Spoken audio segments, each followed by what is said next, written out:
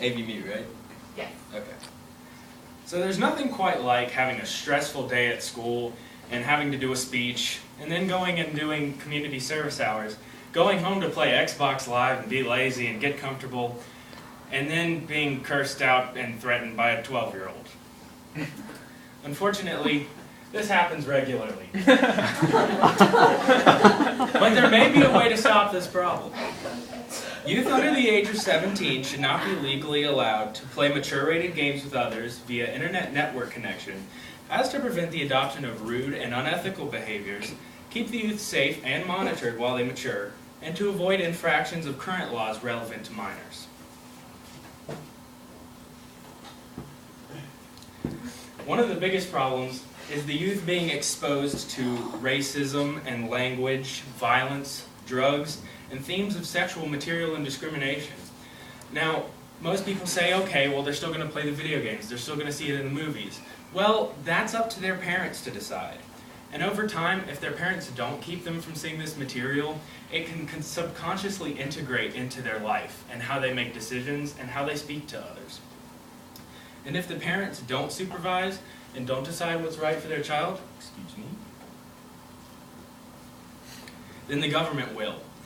In a report from industrygamers.com, in July of 2010, Vietnam and their Ministry of Information and Communications actually completely banned online gaming temporarily. This was because they wanted to attempt to lower juvenile crime rates, sexual activity, and the use of drugs and alcohol.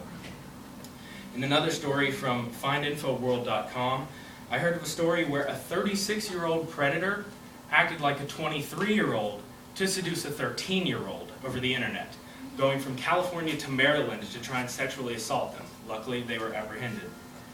They are also exposed to hackers and cyberbullies. And cyberbullies, you may think, oh, they're just being jerks, ignore them. But really, they set a tone in your mind that can lead to frustration or anger or fear or isolation, which really makes a person feel down, obviously. And where do these cyberbullies get their sense of empowerment? From bravado.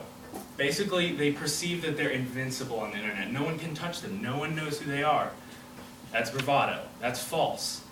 Hackers, for example, can backtrack usernames to find IP addresses, which are basically the dog tags of your computer, to find your location, to find your name, your age, and even your credit card number. Also, officials and administrators can use this information to find you, to fine you, or to completely deactivate your account.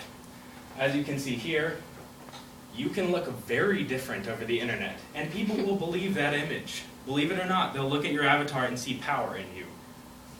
Now, another problem with this is with this sense of bravado, you can become addicted to this false reality, and you can become this character.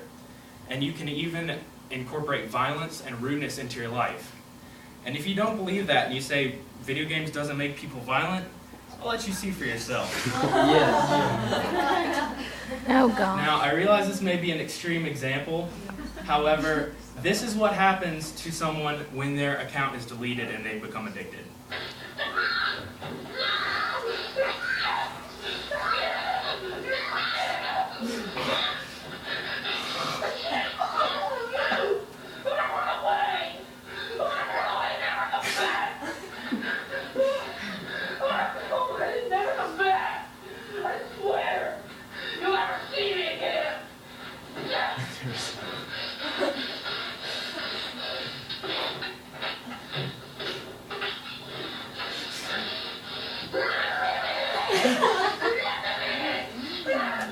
As you can see, pretty devastating stuff.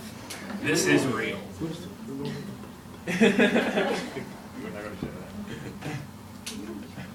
And overall, this boils down to having an ethical and respectful environment for not only kids to grow up, to go outside and play sports and to prevent obesity and violence, but also for adult gamers to just have a good time and be able to respect each other online.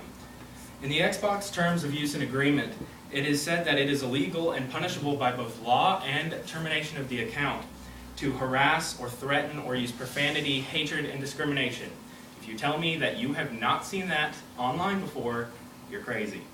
In some primary research, as I'd like to call it, that I've done, I have seen very often that the people who are the most rude and have the worst behavior is those that are obviously, by voice recognition, younger than 17 years old.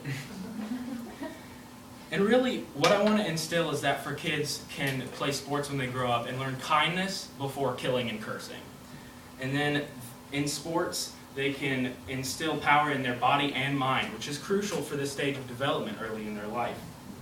They're just too young to know why what is wrong and what is right. And so, maybe next time I get on Xbox Live, play some Call of Duty Black Ops, I won't get harassed by this little guy. Thank you.